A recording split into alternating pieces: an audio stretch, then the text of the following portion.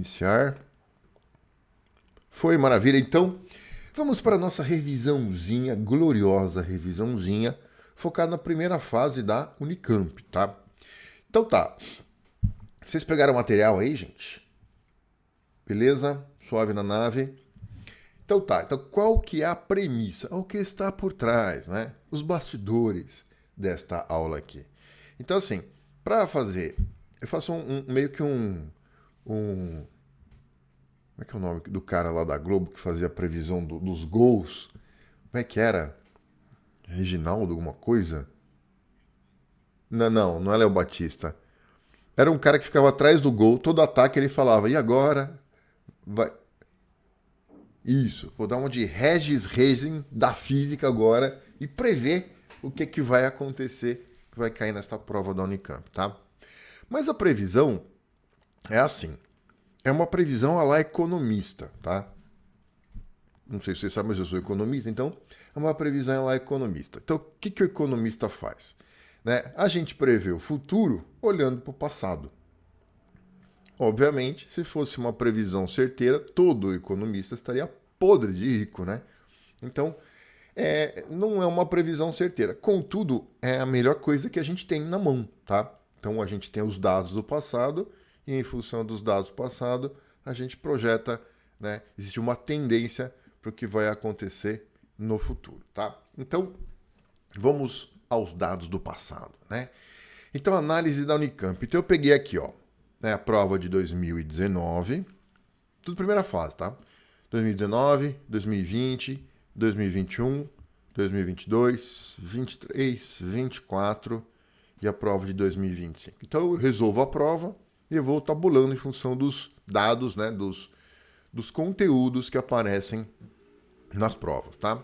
E aí, diante disso aqui, né? Então, estão 3, 6 desses 7 anos aqui, eu começo a fazer projeções, tá? Então, por exemplo, se eu reparar, questão envolvendo movimento, né? Seja movimento do tipo velocidade média, movimento uniforme e uniformemente variado, né? Cai em todos os anos, né? Dos últimos 7 anos, caiu em todos os anos. Então, eu espero uma questãozinha que envolva movimento, envolva ou velocidade média, ou movimento uniforme, ou uniformemente variado, tá? Então, uma questão envolvendo movimentos, né? É clássica. Se não cair, a gente deu azar. A regra é cair, né? Então, eu espero uma questão dessa na prova.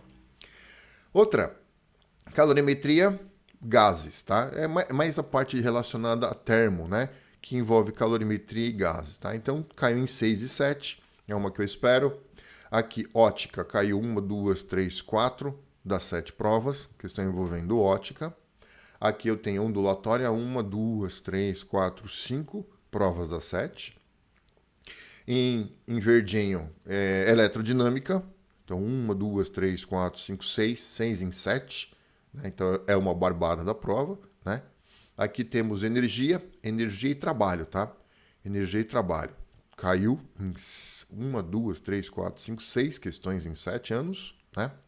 Aqui envolvendo gravitação e aqui movimento circular, tá? Então, as outras... Então, eu peguei aqui, né, as que caíram 4, no mínimo 4 desses 7 anos, tá? Então, se você pegar no mínimo 4 dos 7, né, a gente vai ter essa projeção aqui para a prova de 2026, tá? Então, uma questão envolvendo movimento, pode ser velocidade média, pode ser movimento uniforme, uniformemente variado. Caiu bastante, né? Bastante não, mas algumas questões envolvendo o ano-luz também, né? Que é a distância que a luz percorre em um ano, né? Em um ano.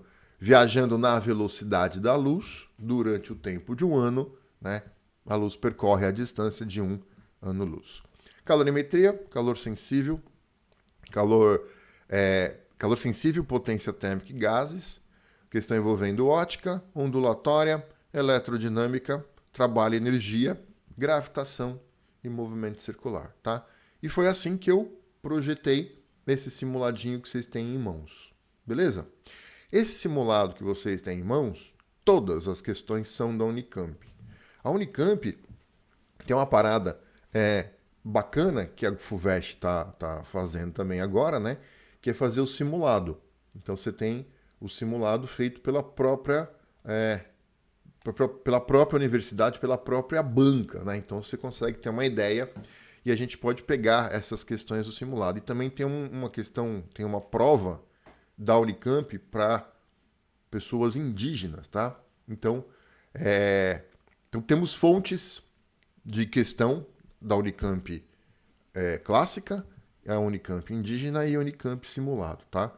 Então todas elas que vocês têm, as questões que vocês têm aí no simuladinho que eu montei, vieram dessas 3 fontes, tá? Todas são Unicamp. Beleza? Dito isto, vamos resolver as questõezinhas, tá? Então essa primeira aqui, Unicamp Indígenas 2021. Vamos lá. Diz assim: durante o período da Piracema, algumas espécies de peixes nadam em cardume contra a correnteza do rio para se reproduzirem.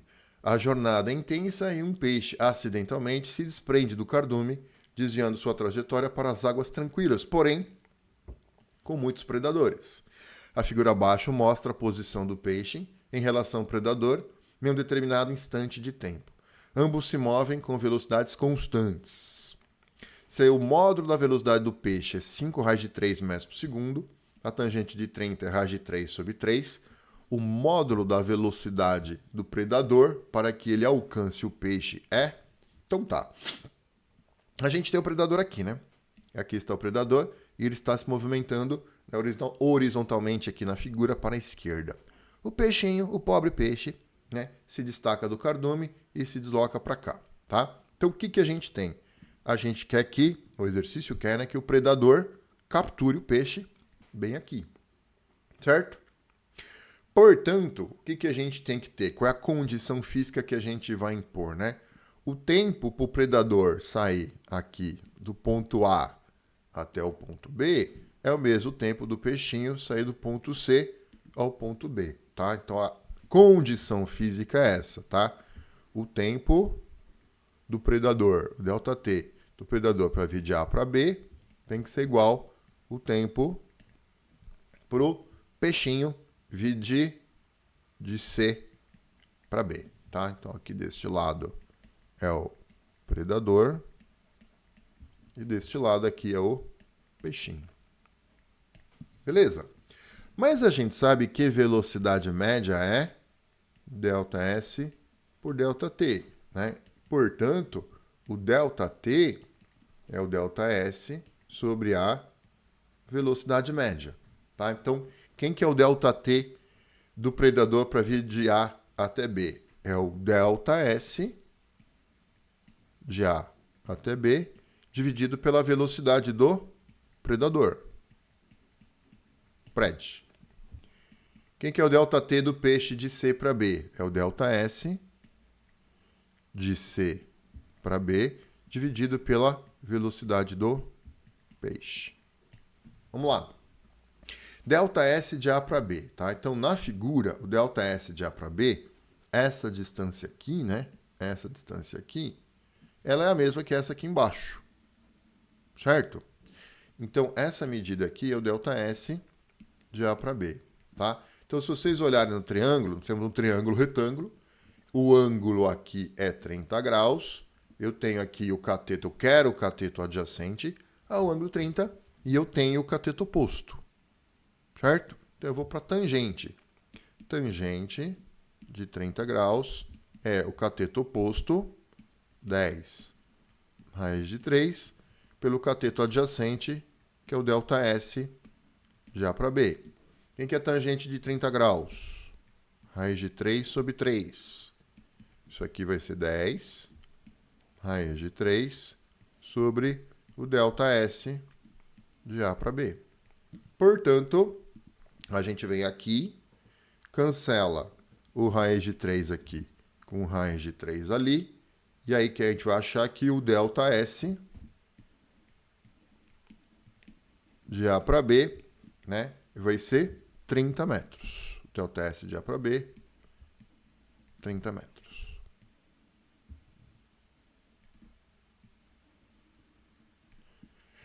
Então eu volto aqui, o ΔS de A para B, 30 metros. A velocidade do predador, é a pergunta. Velocidade do Predador é a pergunta.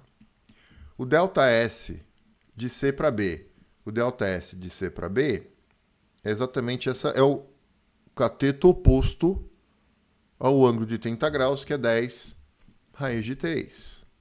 10 raiz de 3.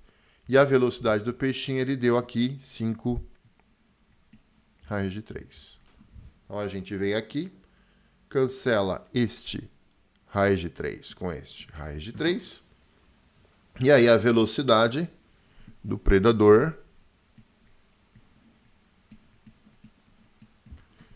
passo 5 para lá multiplicando, 10 dividindo, 5 por 10 é meio, né? 30 por 2, 15. 15 metros por segundo, o que caracteriza, portanto, a alternativa A de I need you. Beleza, gente? Perguntas, dúvidas, comentários, traumas? Fácil. Então, é uma questãozinha bonitinha, uma questãozinha, indígena, né? Com tema indígena, né? A Piracema e tal. Mas, enfim, é um exercício de movimento, tá? Exercício de movimento. Você tem que analisar a figura, né? Pensar um pouquinho, resolve o exercício. Tamo junto?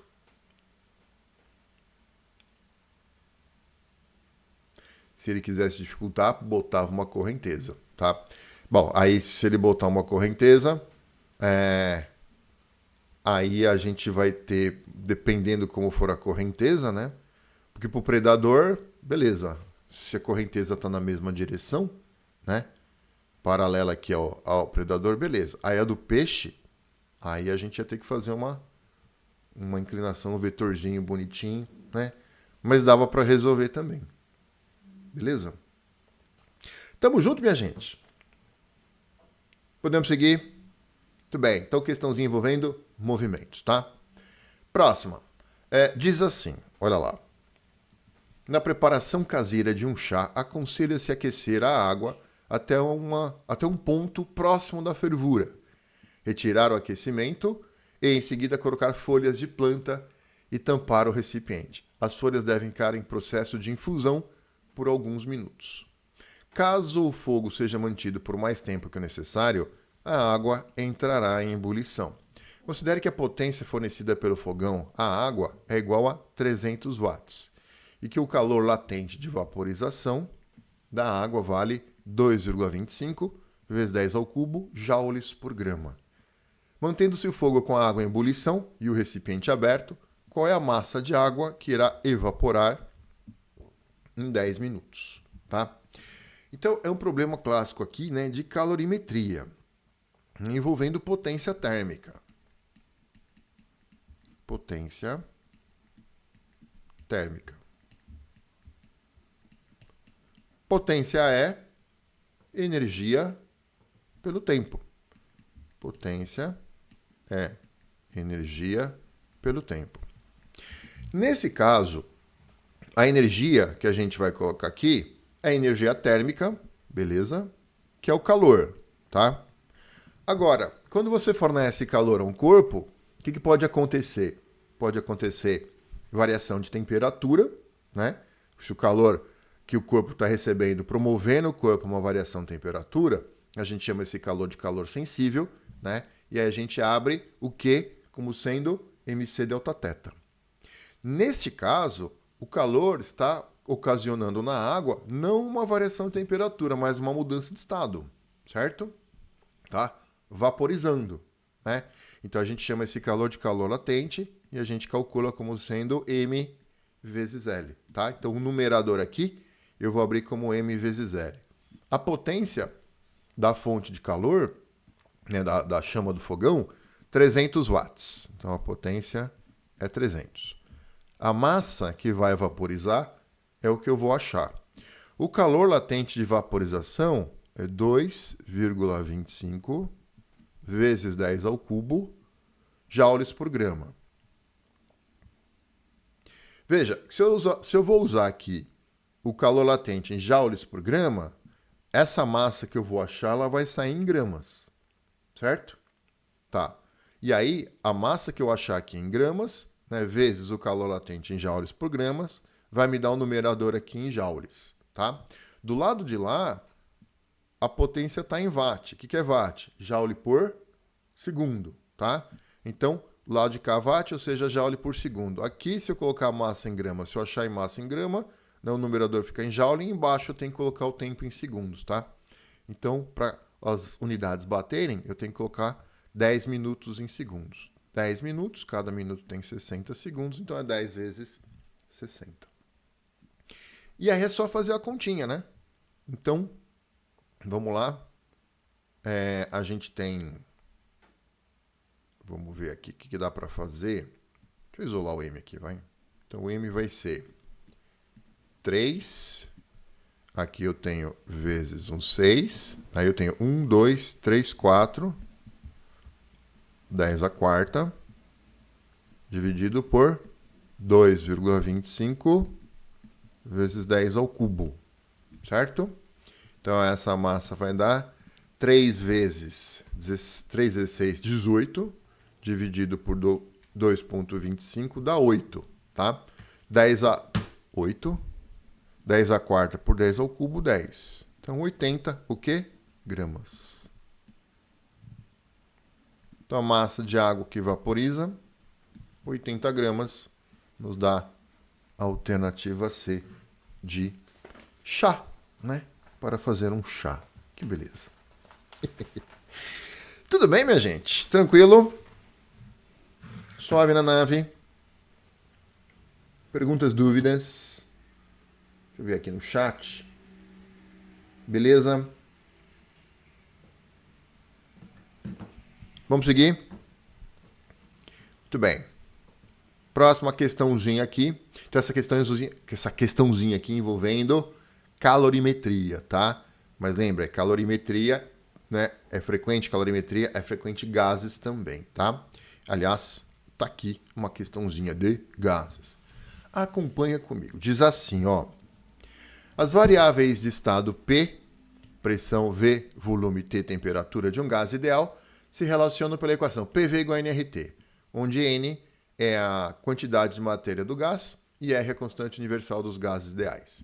Um gás ideal, inicialmente colocado em um recipiente esférico de raio R, com temperatura T e pressão P, é transferido para outro recipiente esférico de raio R' igual a 2R, pressão P' igual a P sobre 2. Espera aí, então vamos lá. Então, temos a situação inicial do gás, a situação final do gás, tá? Situação inicial. Situação inicial, situação final.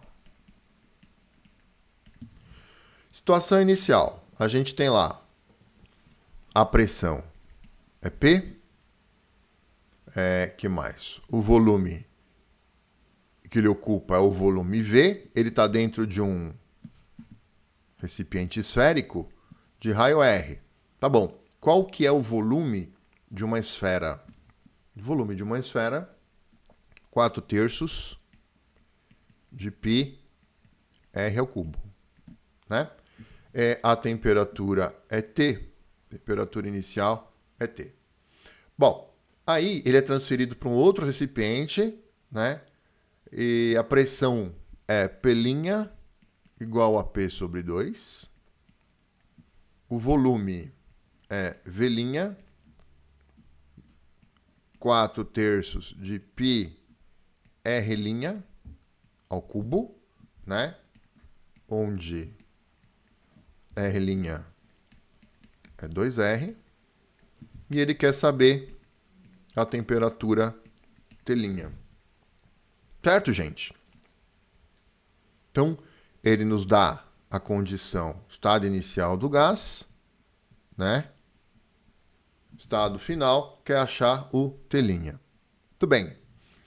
Então, o gás ele é transferido para outro recipiente, tá? Então, o que eu tenho aqui, gente? A quantidade de gás que eu tenho na situação inicial é igual à quantidade de gás que eu tenho na situação final. Concorda comigo? Sim ou não? E a quantidade de gás expressa aqui em número de mols. Então, o número de mols que eu tenho no início é igual ao número de mols que eu tenho no final.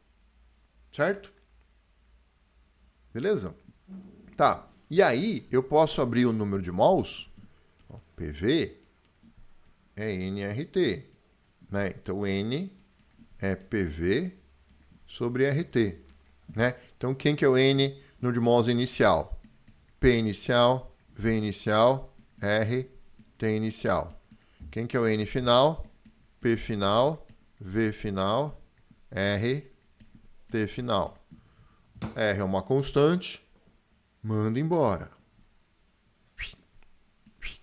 Tá? E aí a gente tem a equação, a lei geral, né? A lei geral dos gases ideais. Concorda comigo? PVT antes, PVT depois. Tá? Posso usar, então, a formulinha dos dois pivetes? PVT, PVT? Pode. Né? Por quê? Porque a quantidade de gás é a mesma. Tudo bem? Então, vamos substituir os números agora, tá? Então, vai. A pressão inicial é P. O volume inicial, 4/3 de π R ao cubo, sobre a temperatura inicial, que é T. Pressão final, P', é a pressão inicial, P, dividido por 2. O volume final é 4/3 de π. O raio final, quem é o raio final? 2R ao cubo, dividido pela temperatura T', que é a pergunta. Certo? Então já dá para a gente cancelar aqui, ó, o P com o P, o 4/3 de π com 4/3 de π, né? E aí a gente tem que, vamos lá, fazendo a continha agora, ficou R ao cubo sobre T é igual meio, né, tem o sobre 2 aqui, e aí esse 2R ao cubo, né? 2 ao cubo, 8. R ao cubo, R ao cubo, sobre T', né? E aí a gente vem, cancela agora o R ao cubo aqui, com o R ao cubo aqui, e tira aqui o T', portanto, vale, o T' vai nos dar 8 sobre 2, 4. 4T. O T', 4 vezes T. E isso dá 4 vezes maior que a temperatura inicial, alternativa C. Beleza? Tranquilo? Tá, então, na verdade, esse exercício aqui assusta um pouquinho, talvez, né? Porque é literal, né?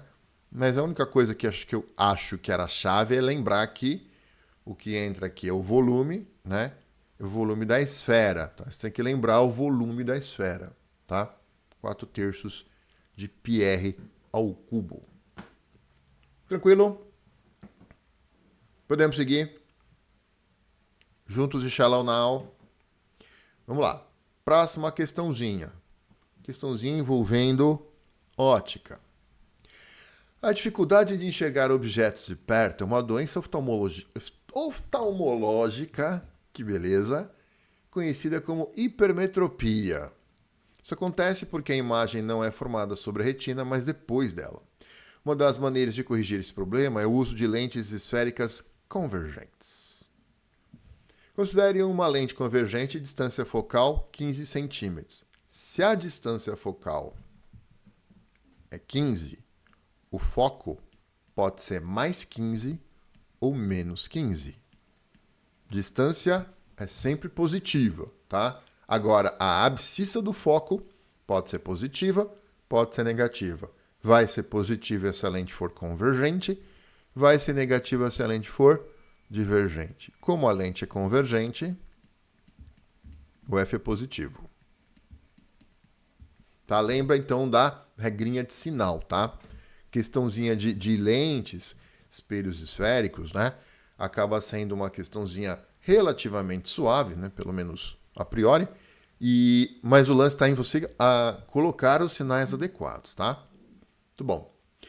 E o objeto é colocado a 20 centímetros do centro óptico da lente. Então, eu estou falando para você que a abscissa do ponto objeto é 20 centímetros. O objeto está na frente da lente, é um objeto real. O P é positivo, tá? Qual é a distância entre a imagem e o objeto? A imagem desse objeto, a distância da imagem do objeto e o O. O O é o centro óptico da lente, né? Então, ele quer a distância da imagem para a lente. É o P'. Então, simples aplicação da equação dos pontos conjugados. Equação dos pontos conjugados. Que diz o seguinte: uma flor é igual a uma pétala mais uma pétala-linha. Que bonitinho, né? Muito bem. E aí, o F é 15, o P é 20. Vamos achar o P'. Então, vai ficar 1 sobre 15, passa para lá, fica negativo, 1 sobre 20, igual a 1 sobre P'. 1 sobre P' vai ser o mínimo aqui entre 20, 15 e 60. 60 por 15 dá 4, vezes 1, 4. 60 por 20 dá 3, vezes menos 1, menos 3. Então, ficou 1 sobre P' é 1 sobre 60. Então, P', 60 centímetros. Tá? Então, a imagem se forma a 60 centímetros do centro óptico da lente. Portanto, a imagem se forma a 60 centímetros da lente alternativa A. Maravilha, gente? Fácil. Muito bom. Estava analisando lá a prova, né? E assim, é prova de primeira fase. Não tem caído exercícios muito cabulosos, tá? Então, é uma prova de primeira fase. É uma questão assim, são questões relativamente simples para saber se o examinador quer saber se você sabe o conteúdo, né? Nada muito do outro mundo, tá? Mas lembra, né? A gente quer medicina, a gente tem que ser rápido, tá? Então, talvez a cobrança da prova não seja tanto na dificuldade das questões, né? Mas sim no tempo que você vai ter para executar, para você resolver essa prova, tá? Muito bom, podemos seguir? Vamos lá. Próxima questãozinha aqui. Pois não.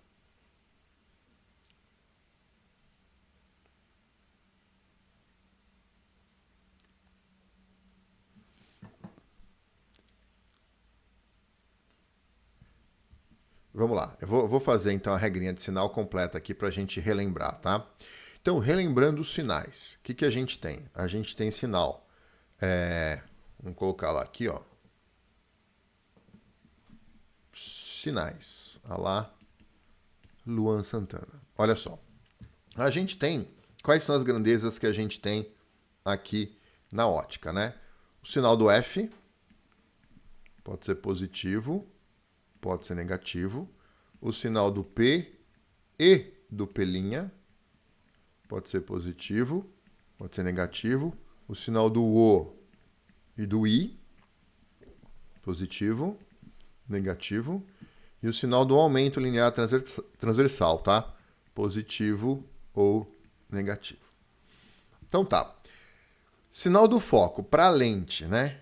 Lente vai ter foco positivo se a lente for convergente. E o foco vai ser negativo se a lente for divergente. Então, ele vai falar em distância focal. Distância, matematicamente falando, é sempre positiva, tá? Mas o que entra na formulinha não é distância focal, é a abscissa do foco. Qual a diferença? A abscissa do foco pode ser positiva, pode ser negativa, tá? Então, ele está te dando, quando ele fala distância focal, é o Fzinho, tá? É o foco, isso aqui é a mesma coisa que o foco e módulo, ou seja, o foco sem o sinal, tá? E aí você que tem que colocar o sinal. A mesma ideia vai se aplicar aos outros, né? P, o que é P? O P, na formulinha, é a abscissa do ponto objeto, tá? E aí ele não te dá a abscissa do ponto objeto, ele te dá a distância do objeto para a lente, né? A distância do objeto para a lente é positiva. Agora, a abscissa do ponto objeto pode ser positiva ou pode ser negativa, tá? Ou seja, resumindo, ele vai te dar todos os números sem o sinal e é você que tem que colocar, tá? Então, a abscissa do ponto objeto, P, vai ser positiva se o objeto for real, vai ser negativa se o objeto for virtual, tá? E a mesma coisa para a imagem, que é o pilinha. Se a imagem for real, né, o pelinho é positivo. Se a imagem for virtual, o pelinho é negativo.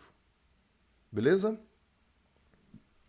Aí, ó, agora vamos para vertical, tá? Aqui a gente está falando em abscissa, agora vamos falar em ordenada. A ordenada do ponto objeto. Se o ponto objeto está acima do eixo principal,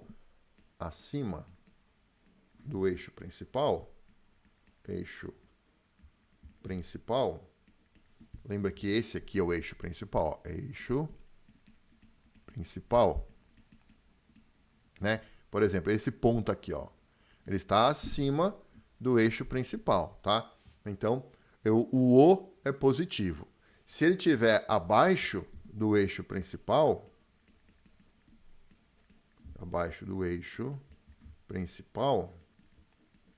por exemplo, se ele te desse a seta assim, tá? Esse pontinho aqui, ó, ele estaria abaixo do eixo principal. Aí o O ia ser negativo. Tudo bem? A mesma coisa para o ponto imagem. O ponto imagem é esse aqui. Se ele está acima do eixo principal, o I é positivo. Se o ponto imagem está abaixo do eixo principal, o I é negativo. Tá? E o aumento linear transversal, que ele não fala no exercício, né, nesse exercício ele não deu e não pediu, o aumento linear transversal, ele vai ser positivo se a imagem for direita e vai ser negativo se a imagem for invertida.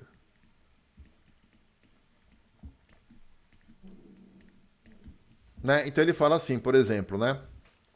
Sei lá, nesse exercício aqui, ó, a imagem ele tem um tamanho maior que o objeto, né? Então, se ele fala assim, a imagem é 3 vezes maior que o objeto, tá? Então, quando a imagem for 3 vezes maior que o objeto, ele não está te dando nem o O nem o I, mas a razão. I sobre O, que é o A, né? O A é I sobre O, que pode ser calculado como menos P' sobre P. O fato é que se ele fala que a imagem é 3 vezes maior que o objeto, o A em módulo vale 3. Se ele falar que a imagem é 3 vezes menor que o objeto, o A vale 1 sobre 3. Tá? Então, primeiro, o valor. A imagem é 3 vezes maior, o A é 3. A imagem é 3 vezes menor, o A é 1 sobre 3. Depois que você colocou o valor, você tem que colocar o sinal. Aí você tem que saber se a imagem ela é direita ou invertida. Tá? Pode ser que ele fale a imagem direita, aí o A é positivo. Né? Ou ele fala a imagem invertida, aí o A é negativo. Mas pode ser que ele fale que é direita ou invertida de uma maneira subliminar, tá? Então, o que você vai ter que lembrar aqui, ó? Imagem projetada é sempre real e invertida. Então, ele pode falar assim, ó, a imagem é 3 vezes maior que o objeto e ela está projetada aqui numa tela. Imagina que temos uma tela aqui. Ele falou que a imagem é projetada na tela, tá? Então, se a imagem é projetada, só dá para projetar imagens reais. Se a imagem é real, ela tem orientação invertida. E se a orientação é invertida, o A tem que ser negativo, tá? Então, ele fala assim, a imagem é 3 vezes maior que o objeto, projetada numa tela, tá? Então, 3 vezes maior, o A é 3, e é negativo porque ela é projetada, né? Para ser projetada, ela é real invertida, e se é invertida, o A é negativo. Deu para entender? Imagina. Então, esses sinais aqui a gente tem que ter na cabeça, tá? E o que diferencia esses sinais para os espelhos esféricos é só o sinal do F, né? Então, se for espelho, O F é positivo para espelho côncavo. E o F é negativo para espelho convexo. O resto é igual, tá? Então aí ficou uma regrinha aqui, né, tanto para lente quanto para espelhinho. Tamo junto. Podemos seguir? Muito bom, vamos lá. Então, o próximo exercício aqui envolvendo ondulatória, né? Olha lá. Um radar é um dos dispositivos mais usados para coibir o excesso de velocidades nas vias de trânsito. Seu principal funcionamento é baseado no efeito Doppler das ondas eletromagnéticas refletidas pelo carro em movimento. Considere que a velocidade medida por um radar foi 72 km por hora. A gente já sabe que essa bagaça é 20 metros por segundo. Né? Divide por 3,6, 20 metros por segundo.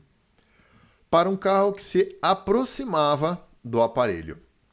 Para se obter o valor VM, o radar mede a diferença de frequências ΔF, dado por ΔF igual F menos F0, que é mais ou menos VM sobre C vezes F0. Então ele está falando isso para você, ó. O ΔF é mais ou menos velocidade média dividido pela velocidade da luz no vácuo vezes a frequência F0, né? Sendo F a frequência da onda refletida pelo carro, F, essa aqui, é a refletida pelo carro, e F0, 2,4 × 10 a décima Hz, a frequência da onda emitida pelo radar. Então, F0, né, é a onda emitida pelo radar. Muito bom. E C, 3 vezes 10 oitava metros por segundo, a velocidade da onda eletromagnética. O sinal, mais ou menos, deve ser escolhido dependendo do sentido do movimento do carro com relação ao radar, sendo que, quando o carro se aproxima, a frequência da onda refletida é maior que emitida, tá? Então, a frequência da onda refletida é maior que a emitida pelo radar, tá? Pode-se afirmar que a diferença de frequência ΔF medida pelo radar foi igual a... Então tá. Então, ele tá te dando uma formulinha aqui. Na verdade, esse exercício aqui, né, a onda que vai, depois a onda que volta, tá? Então você tem aquela formulinha que a gente viu na aula de efeito Doppler, V onda V-det, V onda V-fonte, vezes a frequência real, né? Aí você tem que fazer a ida, aí depois ele vai refletir, aí você tem que fazer a volta, tá? E aí o examinador já está computando tudo aqui numa formulinha para você. Tá? Então ele está te dando a formulinha, é só aplicar a formulinha, tá? A pergunta é o ΔF. Então vamos lá. O ΔF vai ser, vamos fazer primeiro a conta, depois a gente pensa no sinal. O VM, ele falou lá 72 km por hora, 20 metros por segundo. A velocidade da luz do vácuo, C, 3 vezes 10 oitava. Vezes a frequência emitida da onda emitida pelo radar, 2,4 vezes 10 a décima. Então, esse ΔF vai dar 2 vezes 2,4, 2 vezes 2,4 dá 4,8 dividido por 3, 1,6, tá? 1,6. Aí vamos lá agora para as potências de 10. 10 a décima dividida por 10 oitava dá 10 ao quadrado, vezes o 10 daqui do 20, 10 ao cubo, tá? Então, esse ΔF vai dar 1.600 Hz. Aí, nós temos duas alternativas, né? Envolvendo 1.600. Alternativa A, alternativa D. Agora, vamos ver o sinal. O que ele fala? Ó, o sinal mais ou menos deve ser escolhido dependendo do sentido de movimento do carro em relação ao radar. Sendo que, quando o carro se aproxima, que é o caso aqui, ó, ele está aproximando, a frequência da onda refletida é maior que emitida. Se a frequência da onda, olha aqui, ó, se a frequência da onda refletida é maior do que a emitida, essa diferença vai dar positiva, né? Se esse número é maior que esse, essa diferença dá positiva, concorda? Então a resposta é mais 1.600 Hz. Isso caracteriza, portanto, a alternativa A. Beleza? Perguntinhas, dúvidas, comentários, né? Então, a Unicamp gosta de fazer isso, né? Pegar coisas assim mais aprofundadas ou coisas mais não tão frequentes ou tão comuns, né? E ele dá a formulinha já para você. É meio que exercício, receita de bolo, né? Eu chamo de exercício Palmeirinha. Quem que é Palmeirinha? Aquela senhora simpática, né, que fazia receitas na TV, né? É ler, entender e executar, tá? Você lê, entende e faz. Ele tá te dando os dados. Ele tá até te explicando o sinal aqui, tá? Então acaba sendo meio que um exercício muito mais de uma leitura, né? Ler, entender e executar. É igual a ler manual. Vocês já instalaram alguma coisa na sua casa? Sei lá, foi instalar o quê? Eu ia falar videocassete, mas isso é meio antigo. Que beleza. O que eu instalei recentemente? Televisão. Instalar a televisão. Porque as pessoas acham que a televisão é tirar da caixa e botar na tomada, né? Mas não é bem assim, né? Você tem que ver se está na voltagem correta, se está tudo bonitinho, né? Que fio vai aonde, como é que liga. Então tem que ler o manual, tá? Você pega lá, lê, ele fala como instalar e aí só ler e executar. Tamo junto? Vamos lá. Próxima questãozinha aqui, envolvendo eletrodinâmica. Olha só. A diferença de potência elétrica U é proporcional à corrente elétrica e em um trecho de um circuito elétrico resistivo com constante de proporcionalidade dada pela resistência equivalente REC nos trechos do circuito. Reparou que ele mandou várias palavras para falar U igual a R vezes I, né? Que beleza. No final das contas, é isso aqui, tá? Além disso, no caso dos resistores dispostos em série, a resistência equivalente é dada pela soma das resistências. A corrente elétrica IB, no trecho B do circuito abaixo, é 3 vezes maior que a corrente elétrica no trecho A, ou seja, IB sobre A é igual a 3, tá? Então, olha só. Ele está falando para você que IB sobre IA é igual a 3. Na verdade, é a mesma coisa que IB é igual a 3 vezes IA, tá? Então, IB é essa corrente aqui embaixo, né? Essa corrente aqui. E A é nesse ramo aqui de cima, tá? Muito bem. A gente sabe também que os dois ramos do circuito estão acoplados aos mesmos extremos, né? Aos mesmos pontos. Chamar de pontinho A aqui, pontinho B aqui, né? E a DDP entre A e B é 12 volts, tá? Então, o que a gente tem aqui? Esse resistor RA, né, ele está em paralelo com esses dois resistores aqui no ramo de baixo, certo? Esses dois resistores juntos estão em série, né? E o que deu está em paralelo com o de cima aqui, tá? Eu sei que nos extremos da associação a DDP é 12. Ele pergunta a resistência desse resistor RB aqui, tá? Então, o que eu consigo fazer? Vamos olhar pela parte de cima aqui, ó, pelo ramo de cima, tá? Então, deixa eu mudar a cor aqui. Verdinho. Então, vamos olhar para o ramo de cima aqui, ó. Tá? Então, vamos lá. O ramo de cima. Ramo de cima. Então, vai. Aplica lá a primeira lei de Ohm. U é igual a R vezes I, né? Qual que é a DDP que esse ramo está submetido? É a DDP entre os pontos A e B, que é 12. A resistência do ramo de cima é 24. Então dá para achar essa corrente IA aqui, né? Então essa corrente IA dá 0,5 amperes. Beleza? Tá. Agora eu vou para o ramo de baixo, tá? Então vamos lá. o ramo de baixo aqui em azulzinho. Esse ramo de baixo. Ramo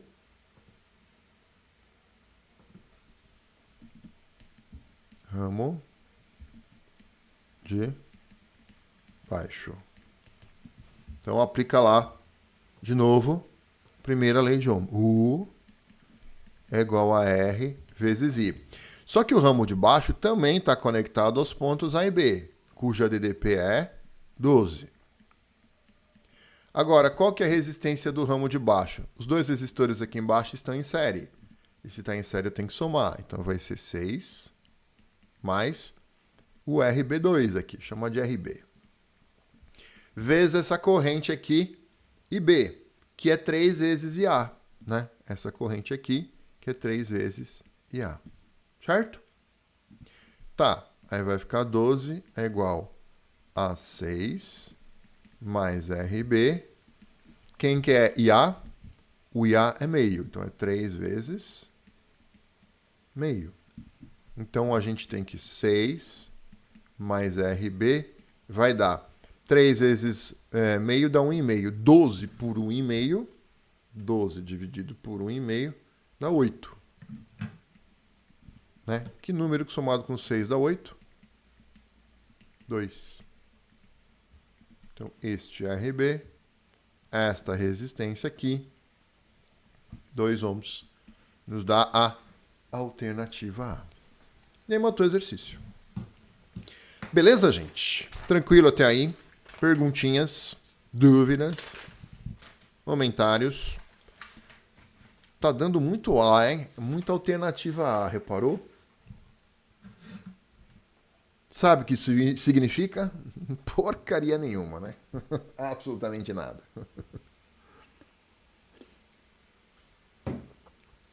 Se for para chutar, chutar A. É que não dá pra gente pensar isso, né? Porque eu tô pegando uma questão de cada prova. Então não faz sentido, né? Ou seja, não significa absolutamente nada mesmo, tá? Muito bom. Vamos pro próximo. Vamos lá. Para esse exercício aqui, vamos ver. Eu bato o olho nesse exercício, eu sinto cheiro de prensa, né? Princípio de Pascal, prensa hidráulica, tá? Freio, prensa hidráulica.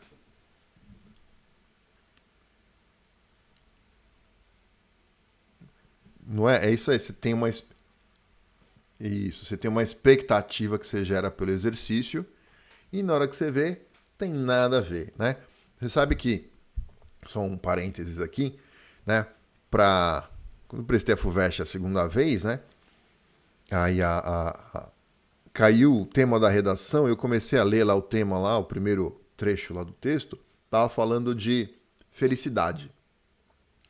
E, pô, eu estudei a respeito de felicidade, né? E eu fiz um curso de felicidade. Nossa, falei, beleza, vai cair sobre felicidade.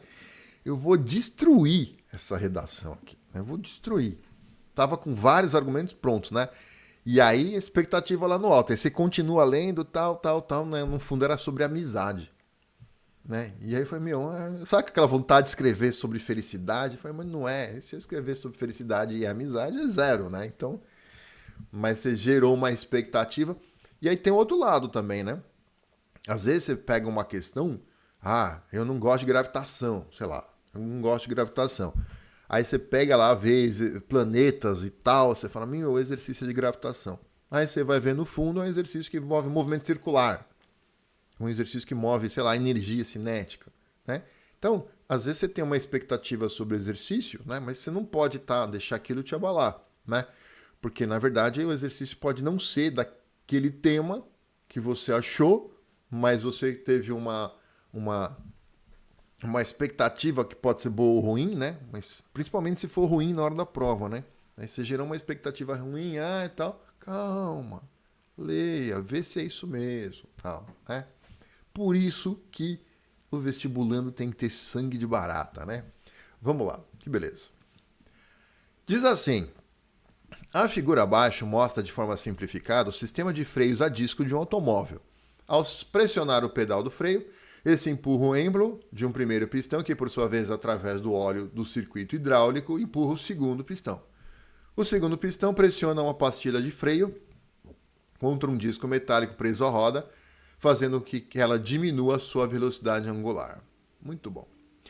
Qual o trabalho executado pela força de atrito? Que beleza, né? A pergunta é o trabalho da força de atrito entre o pneu e o solo para parar um carro de massa 1.000 kg, inicialmente a 72 km por hora. Sabendo que os pneus travam no instante da frenagem, deixando de girar, o carro desliza durante todo o tempo de frenagem. Ah, eu achei que era prensa hidráulica. Só que não, né? Então, é o trabalho da força de atrito. E aí eu vou resolver pelo teorema da energia cinética.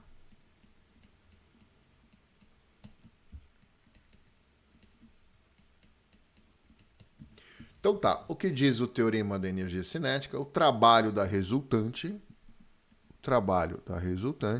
é a variação da energia cinética. Vamos fazer o desenho.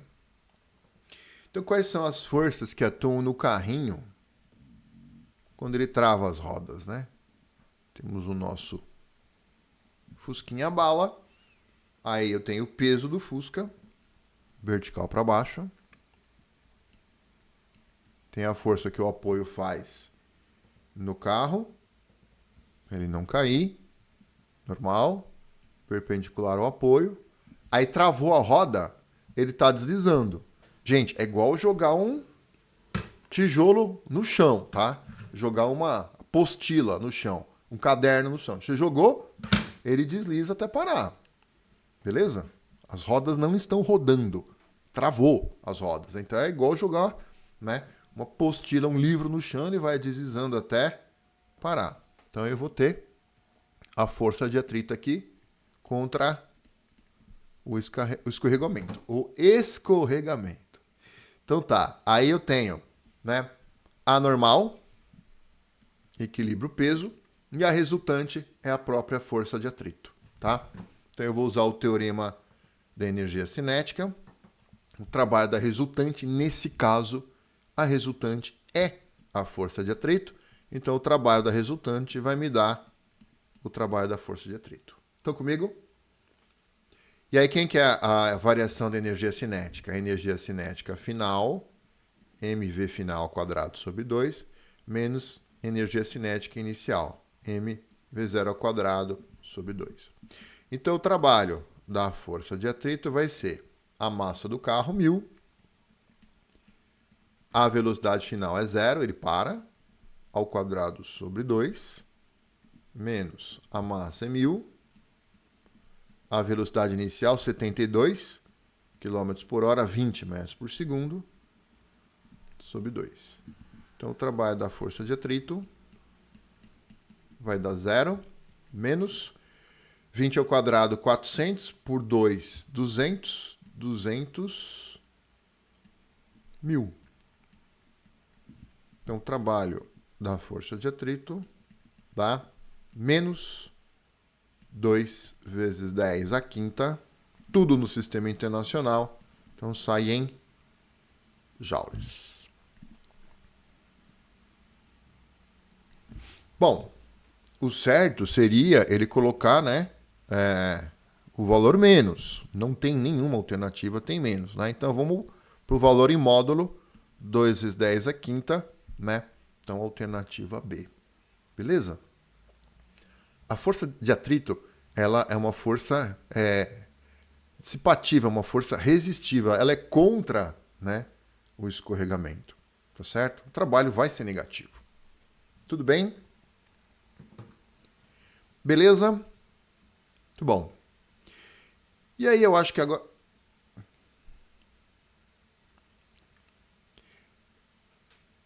Isso. Muito bem observado. Tem uma parte oculta, né, por conta do pistão. Esse exercício aqui, de onde eu peguei, lá do programinha onde eu pego, né, ele apresentou para mim só o conteúdo que eu selecionei. Eu selecionei trabalho e energia, então apareceu assim para mim, tá? Mas provavelmente isso aqui é um pedaço esse texto, né? Ele é aplicado a duas questões, tá? Então, possivelmente a outra questão fosse realmente de prensa hidráulica, tá? Muito bem observado, meu querido. Vamos lá. E a última, é a última? Não, penúltima questão, vamos lá. Diz assim: em setembro de 2010, Júpiter atingiu a menor distância da Terra em muitos anos. As figuras abaixo ilustram a situação de maior afastamento e a de menor aproximação, a de maior afastamento e a de maior aproximação dos planetas, considerando que suas órbitas são circulares e que o raio da órbita terrestre, RT, é 1,5 vezes 10 a 11 metros, e o raio da órbita de Júpiter, RJ, 7,5 10 a 11 metros. Então aqui tem o Sol, aqui está o Sol, a Terra está aqui, Júpiter está ali. Então está diametralmente oposto, né? Aqui o Sol, a Terra aqui e Júpiter está aqui, tá? Então esse aqui é o maior afastamento, aqui é a maior aproximação. Muito bem. Aí ele segue. De acordo com a terceira lei de Kepler, o período de revolução e o raio da órbita desses planetas em torno do Sol obedecem à relação período de Júpiter sobre o período da Terra ao quadrado é o raio de Júpiter sobre o raio da Terra ao cubo, em que TJ e TT são os períodos de Júpiter e da Terra, respectivamente. Considerando as órbitas circulares apresentadas na figura, o valor do período de Júpiter em anos terrestres é mais próximo de... Então, gente, repara que é uma questão de primeira fase, né? E ele dá a formulinha, né? Terceira lei de Kepler. Então, meus amores, essa formulinha, fosse eu, não dava não, viu? O aluno tem que saber isso aqui, tá, gente? Ele deu a formulinha aqui para ser caridoso para você, tá? Mas quem faz o Física Resolve sabe essa formulinha de cor, tá? Então vamos lá. Período de Júpiter sobre o período da Terra ao quadrado é o raio de Júpiter sobre o raio da Terra ao cubo. O período de Júpiter é a pergunta. Qual que é o período de translação da Terra ao redor do Sol? Quanto tempo demora a Terra para dar uma volta completa em torno do Sol? 1 ano, né? É 1, concorda? Então, a Terra demora 1 ano para dar a volta em torno do Sol, tá? Muito bem. O tempo para dar uma volta em torno do Sol a gente chama de ano, tá? Como o ano em Júpiter é diferente do ano da Terra, né? A gente mede o ano de Júpiter em função do ano da Terra, tá? A Terra demora 1 ano terrestre para dar uma volta completa em torno do Sol, tá? E Júpiter é o que a gente vai calcular, né? Qual o tempo que Júpiter demora para dar uma volta em torno do Sol em anos terrestres. O raio de Júpiter, ele fala ali, né? Que é 7,5 vezes 10 a 11. O raio da órbita da Terra é 1,5 vezes 10 a 11. Tudo isso ao cubo. Então vai ficar período de Júpiter ao quadrado, vai dar 10 a 11 dividido por 10 a 11 vai queimar no fogo do inferno. 7,5 dividido por 1,5 dá 5, não é isso? 5 elevado ao cubo, né? Então, o período de Júpiter vai ser raiz quadrada de 5 ao cubo. Quanto que é 5 ao cubo? É 5 vezes 5 ao quadrado. Certo, gente? Então, o período de Júpiter, né? O 5 ao quadrado, raiz, dá 5 vezes raiz de 5. Aí olha as alternativas. Ele não botou a raiz, ele falou mais próximo, né? Tá bom. Quanto que é raiz de 5? Não sei. Vamos lá. Raiz de 4 é 2, né? Muito bem. Raiz de 5 no 6, raiz de 6, raiz de 8, raiz de 9, raiz de 10. Tá bom. Tá. 2 ao quadrado é 4, né? 3 ao quadrado é 9, certo? Pensa assim, ó. 2 ao quadrado é 4, 3 ao quadrado é 9, certo? Tá. Então, tá entre 2 e 3, tá? A raiz de 5 tá entre 2 e 3. Vamos chutar 2,5 aí, vai? 2,5 vezes 5, 2,5 vezes 5 dá 26. Que beleza, hein? Não. Raiz de 5. 2,5 dá 26, né? A raiz de 5 dá 2,2. Tá. 2,2 vezes 5 dá 11. Tá. Então o número mais próximo aqui é 12, tá? Se eu pegar o valor exato da raiz de 5, dá 11,2 anos terrestres. E aí o número mais próximo é 12. E, portanto, a alternativa C.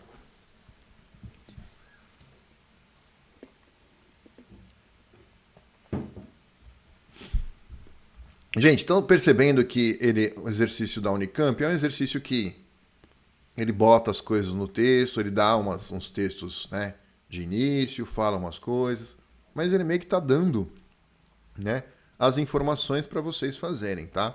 Então, de novo, é um exercício meio de leitura, né? Um exercício palmeirinha, né? Receita de bolo. Leu, entendeu, executou, tá? Beleza? Claro, é um pró de primeira fase, né? Na segunda fase já não se espera isso, né? Beleza? Na segunda fase, aí o bicho pega, tá? Bom, vamos para...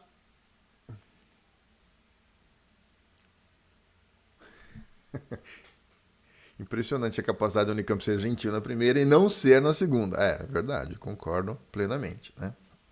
Mas é que tá, né? Para uma prova de primeira fase, pensa que todas as pessoas, né, de todas as carreiras estão fazendo essa prova, né? Então, acaba sendo meio coerente, né? Enfim, ele dá uma firulada, né? Ele dá uma floreada bonitinha, fala as coisas aqui e tal, e depois solta uma pergunta e dá um bisuzinho pro cara resolver. A última questãozinha diz assim: anemômetros são instrumentos usados para medir a velocidade do vento. A sua construção mais conhecida é a proposta por Robinson, em 1846, que consiste em um rotor com 4 conchas hemisféricas presas por hastes, conforme figura abaixo. Um anemômetro de Robinson ideal, a velocidade do vento é dada pela velocidade linear das conchas. Um anemômetro em que a distância entre as conchas e o centro de rotação é 25 centímetros, é o raio, né? E um dia cuja velocidade do vento é 18 km por hora, teria uma frequência de rotação de... Tá bom. Então, vamos aqui resolver o exercício. Ele está falando em velocidade linear. Velocidade linear. Tá bom. Lembra lá, movimento circular. Quem que é velocidade linear? A velocidade linear é a velocidade angular ômega vezes o raio. Lembra disso? Velocidade linear é angular vezes o raio. A velocidade linear, 18 km por hora, tá? Então eu vou dividir por 3,6. 18 dividido por 3,6, obviamente vai dar 5 metros por segundo. Então essa velocidade aqui é 5. Quem que é o ômega? O ômega é 2π sobre o período, ou 2π vezes a frequência, tá? Então, este ômega aqui, né? Vou fazer assim, ó, mas ômega é 2π. E eu vou colocar 2π vezes a frequência, porque a frequência é a pergunta, né? Então, vai ficar 2π vezes a frequência. E o raio, 25 centímetros, 0,25 metros. O π ele deu. Vamos jogar o π aqui também, tá? O π tá dado. O π é 3. Dá para achar o F aqui? Então vai ficar 2 vezes 3, 6. 6 vezes 0,25. Que beleza? 6 vezes 0,25. 1,5, né? Então vai ficar 5 igual a 1,5 vezes F. Então, F é 5 dividido por 1,5, tá? 3,33. Que beleza, hein? Vamos deixar assim, ó. Deixa assim, ó. 5 dividido por 1,5. O quê? Hertz. Beleza? Não colocamos tudo no sistema internacional? Então a frequência sai no sistema internacional. Olha as alternativas. RPM, né? Rotações por minuto, tá? Então, como é que eu faço? Se eu tenho por segundo, para chegar em por minuto, eu multiplico por 60, tá? Então, eu vou fazer isso aqui vezes 60. Então, essa frequência vai ficar 5V dividido por 1,5 vezes 60. Olha que bonitinho. Agora sim, né? 60 por 1,5 dá 40. Vezes 5, 200. Então, essa frequência vai nos dar 200 RPM. 200 rotações por minuto. Aqui tinha dado por segundo. Hertz. Vezes 60. Para achar em por minuto. Beleza? Portanto, resposta alternativa B de beijinho. Matamos o nosso simuladinho. O que vocês acharam? Tranquilo? Beleza? Então, o simulado em si é tranquilo, tá?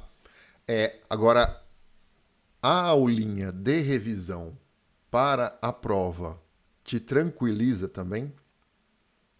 Sim ou não?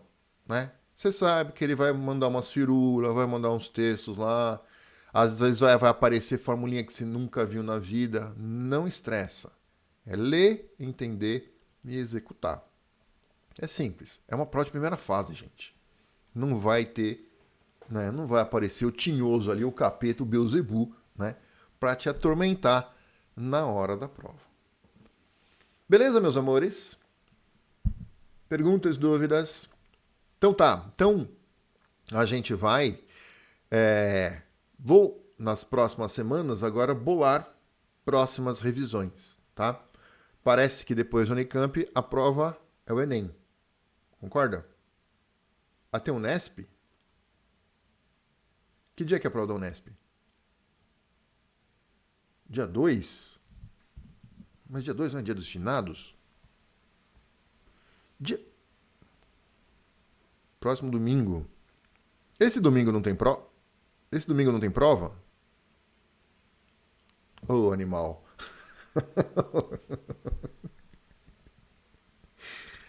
Unicamp, Unesp, Enem, Enem. Tá, perfeito. Então é Unicamp agora, depois é Unesp, tá? Tá bom. Então, a meta agora é preparar uma aulinha de revisão para a Unesp, certo? E depois, aí eu tenho 2 semanas para dar o Enem. O Enem, a prova de física é a segunda, né? É no segundo dia. Tá bom. Então, a priori, né, estaremos aqui de volta semana que vem, então, para revisão Unesp. Vou focar. E aí, já avisa a moçada, tá? Eu quero todo mundo ao vivo aqui pra gente fazer a revisão, tá? E aí eu só vou confirmar o horário bonitinho. Esse horário ficou bom para todo mundo? Beleza. Aí a gente vê, eu aviso vocês. Fechou? Então, boa prova para todos vocês, para quem vai fazer o Unicamp, né? A gente se vê na semana que vem. Valeu, gente. É isso aí. Abração.